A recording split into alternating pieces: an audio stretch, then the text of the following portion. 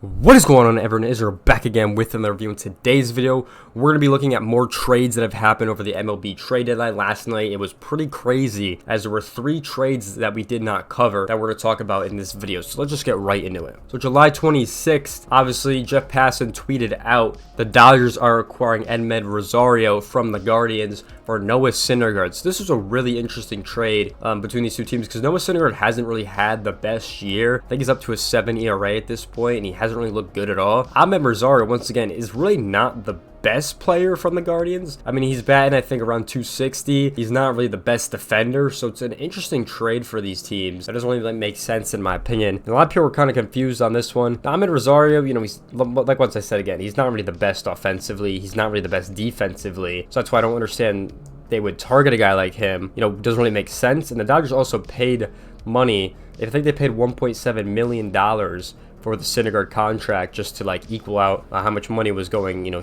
throughout the teams and everything like that. So interesting trade. I mean, Noah Syndergaard maybe could help the Guardians. We'll see how he's gonna do. Edmed Rosario doesn't really make sense for me overall because I don't know. I don't think he's gonna play. I mean, the Dodgers have great players, especially at shortstop. So I don't think he's gonna really play. I'd rather have the guy making the routine play than have Rosario there. So doesn't really make sense in my opinion. Weird trade. I didn't really understand that one last night. But yeah, definitely a weird trade. We'll see how this goes for these teams in the coming weeks. But yeah, definitely a weird one that we want to start with. Didn't really make sense in my opinion. Now, MLB Trade Rumors put out this one. The Red Sox are acquiring another right-handed pitcher from the Giants. So interesting trade. You know, I've obviously seen everyone really needs pitching. We obviously just saw the Red Sox get rid of Kiki Hernandez. So, you know, I think they want to get more pitching here. We'll see. You know, they might have a young guy to replace him. But yeah, definitely acquiring someone else when people really thought they were going to sell. So interesting trade overall. It's pretty much right-hander for right-hander between the Red Sox and the Giants. So interesting trade. Don't really know too much about these guys.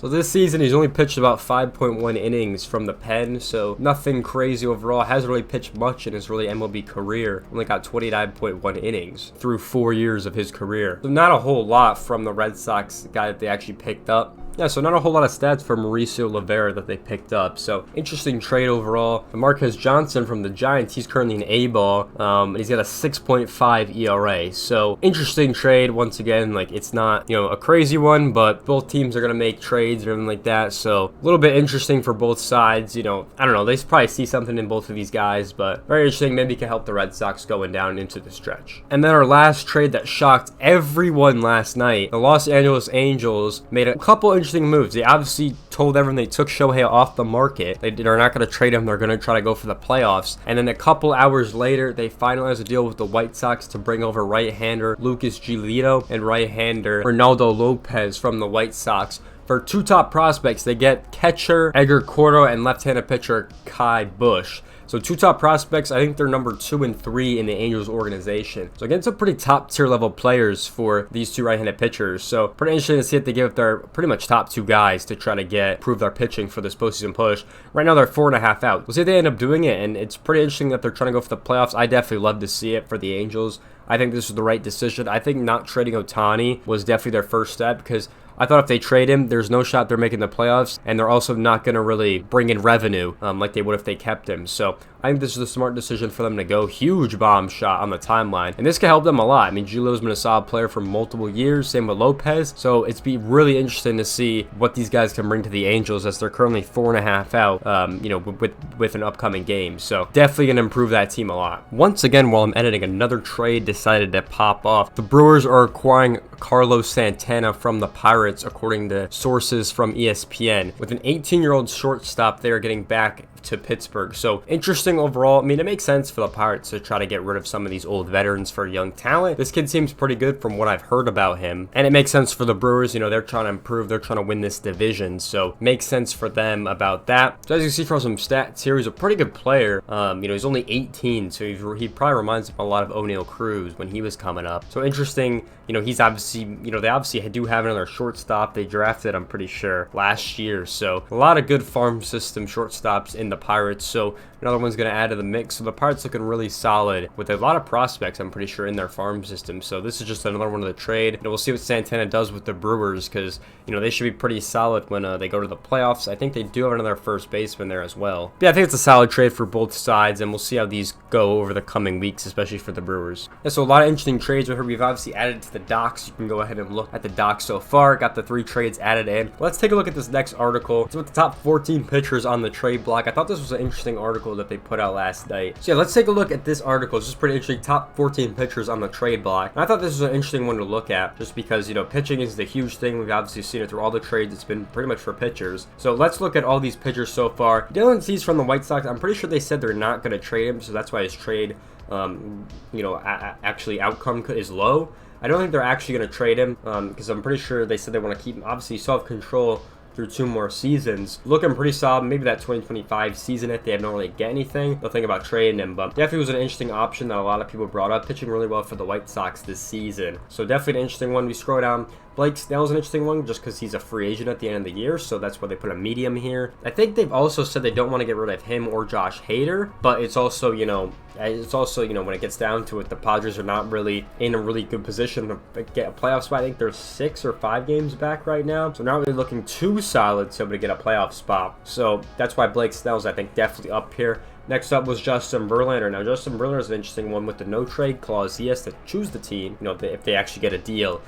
He has to okay it. So he signed through to 2024, and he's got an option for 2025, a vesting option as well. Interesting to see if they trade him. I mean, I think the Mets do want to get rid of him, to be honest, just because they don't want to pay him, you know, the $42 million. They could go get a couple other players with that, which I think would be the smart decision for for the Mets, I mean. But yeah, Justin Verlander, definitely would like to see him back in the playoffs. You know, last year wasn't the best for these guys. But yeah, definitely interesting situation with Verlander that could definitely go. This is another underrated one.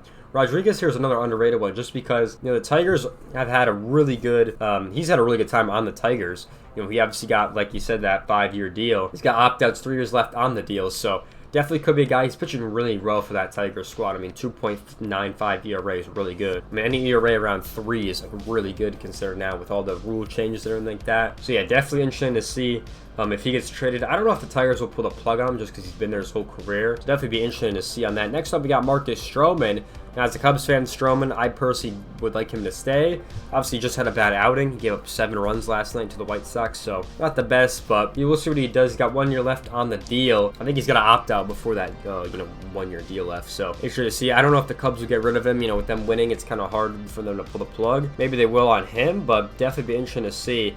Now I'm going to go to Max Scherzer. I think he's definitely a medium right here. I might even say high. I think he might be the first to go for the Mets right here. Would be interesting because Max Scherzer's been pretty solid, but, you know, he's getting to that older age, you know, 5.25 ERA, you know, 4.2 over the season, so he's definitely getting up there. You know, I think it'd be smart to try to get the most value for the Mets to try to just get rid of him, because once again, he's also making that $42 million. So you're going to get that off the board for him, makes him a lot better, so definitely interesting to see what's going on with the Mets and Max Scherzer and Verlander and all those guys. Would definitely be interesting to see this one.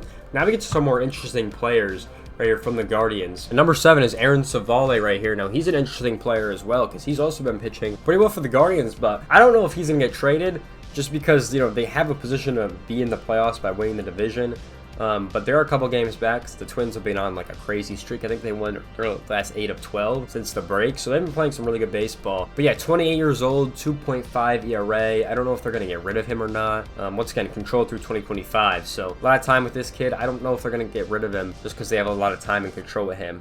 So that's a tough one for you know, it's a tough one for Cleveland to figure that one out, but we'll see what happens with that one. I don't think that one's going to get trapped. I don't think he's going to get traded. Now, Jordan Montgomery, 100% expect to get traded. Left-handed pitcher from the Cardinals. Obviously did really good when he got traded from the Yankees over there. Still one of the dumbest trades they could have possibly made with how their season's turning out. But yeah, definitely a free agent at the end of the year, so he's going to have a lot of offers in the offseason as well. But yeah, definitely could be a really solid piece to any squad. I mean, 3.2 ERA is not bad at all. You know, he's got a pretty good whip overall. He's been really good in St. Louis, you know, last year and this year. So definitely a guy I think that they're going to definitely get traded, especially with St. Louis not performing that well that season or this season. He's definitely, I think, he's definitely going to be gone. So definitely interesting one. Now another interesting one, we got James Paxton up here, who's still pretty much performing really well.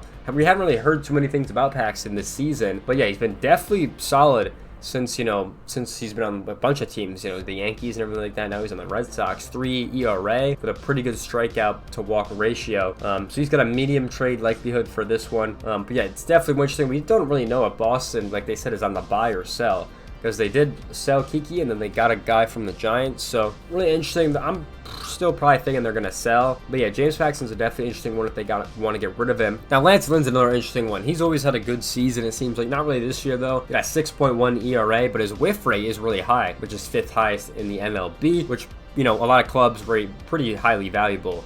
And he's just been a solid piece for the White Sox. Not really so much this season, but he does got a lot of value to a club. So would be interesting to see. Obviously, he's got a club option next year. So, I mean, the White Sox will probably bring him back. So definitely be interesting to see where he's going to go or if they want to get anything from him. The White Sox have been weird with who they want to give away. The only thing we know is Dylan Cease is not going anywhere, but Lance Lynn has been in the talks a little bit, seems like, on where he's going to go. So interesting for Lance Lynn as we're moving forward. So Jack Flaherty definitely, I think, going to go. He's obviously a free agent at the end of the year, closing pitcher for the Cardinals, 3.13 ERA. So I definitely think that he's got a good shot to go because the Cardinals do want to trade their pitching before their hitters, which I think is a smart decision because pitchers have a lot more value than actual hitters. Like, you got to have, insane stats as a hitter to have a lot of value in the trade market. Like, you gotta be like a Trout or someone with a huge name. So Flaherty's definitely gonna go. We'll see what team he goes to if he does get him traded. But the Cardinals, I think, are definitely gonna make some decisions pretty quickly with the coming days. Kyle Hendricks is a pretty interesting one from the Cubs. I've heard his name a couple times throughout these talks, and it's really weird because he's been a Cub his whole career. So I don't really think they would want to get rid of him. He's got an option for next year. They're probably going to extend him just because he's been there his whole life. But 4.7 ERA. He's obviously had surgery on his shoulder, so it's been weird. Like, I don't understand why he's been in the talks. I get they could get value from him, but I just don't think the Cubs are going to pull a plug on a veteran player.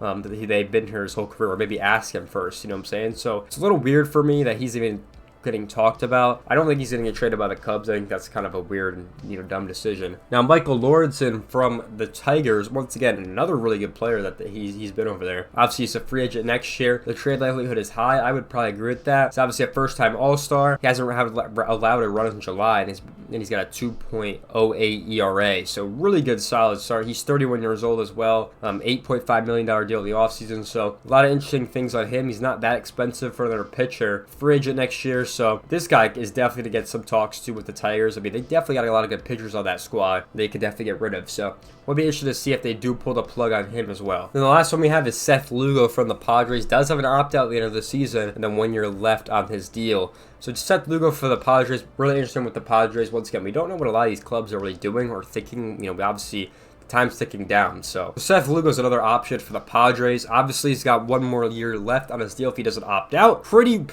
well pitcher so far. 3.72 ERA. So pitching pretty well. 33 years old. 7.5 million on his deal. So definitely could be a solid piece for the Padres to trade. We obviously don't know what his trade, status is. We don't know where he's going to go. Definitely a solid piece for the Padres they could get rid of if they do want to sell or get rid of him. But yeah, a lot of pitchers on the market. These are probably the most valued guys when we come to, getting prospects back, because pitching, everyone needs pitching. Hitters are not as valued just because there's always another guy that could do it, or, there's always a, short end guy that could do it. That's not worth a lot, or, a prospect even. So interesting to see what is going to go on for the, all the pitchers, and even some of these teams like the Padres, the Mets, the Cubs, Tigers would be really interesting to see what these guys are going to do moving forward. But you can go check out the document. This might be updated a little bit more when this video is actually going to come out. So might be updated. Go check out the doc in the description down below. But if you guys enjoyed this video, make sure you guys like, comment, subscribe. I'll see you guys in the next one. Peace out, everyone.